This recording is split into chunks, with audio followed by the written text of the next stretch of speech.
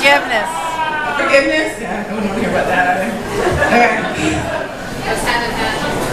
I'm actually a brand new poet. I started writing in December, and as all new poets, I fell in love with Buddy Wakefield. So, this is after Buddy Wakefield, one of his poems, Human the Death Dance. Forgiveness is the letting go of all hope for a better past. Lily Tomlin. Deanna inhales her childhood, calls it therapy. Alzheimer patients would disagree. There is no healing in forgetting. Emotions do not need contained walls to feel real. She is trying to unremember the lumps nailed into the back of her skull by her mother's hammer fists. Sarah swallows her memories. Whiskey with a Stella back.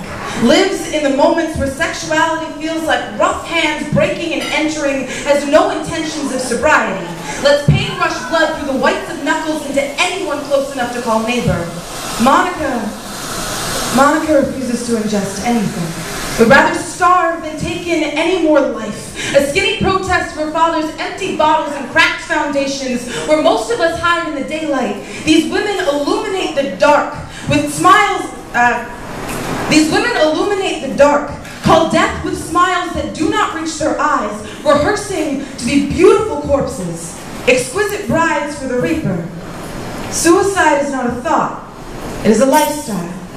When you meet these women, do not run. That is what they expect. Proof that their death dance is the only way to move to humanity's song of one-note abandonment, so they abandon themselves before you ever can. Their past have left them deaf to the full melody. F sharp on repeat. F sharp. F sharp. F sharp is the devil's message on backwards turntables scratched into corneas, but their symphonies haven't even really begun.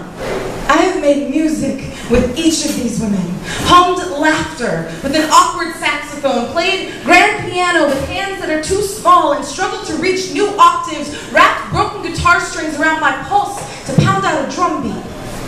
But duets only last for one album at best. You can't force someone to sing. I too have been silent, a mockingbird with a beaten tune, head turned 180 degrees, scared to turn my neck back straight, tripping over everything, blaming the concrete behind me because it was all I could see. There is a safety from the numbness that comes from sitting in stress for so long. But eyes were meant to live in the moment. Time is the realization of consequence, but we decide what is permanent, so I use the softest Q-tip to massage my timpani until I could hear the whole orchestra again.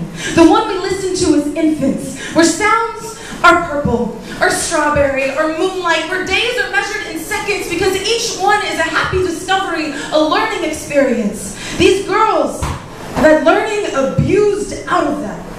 The only message in eternal wounds is that a woman can bleed infinitely and not die. Measuring our lives by how deep the cut prevents the skin from ever mending.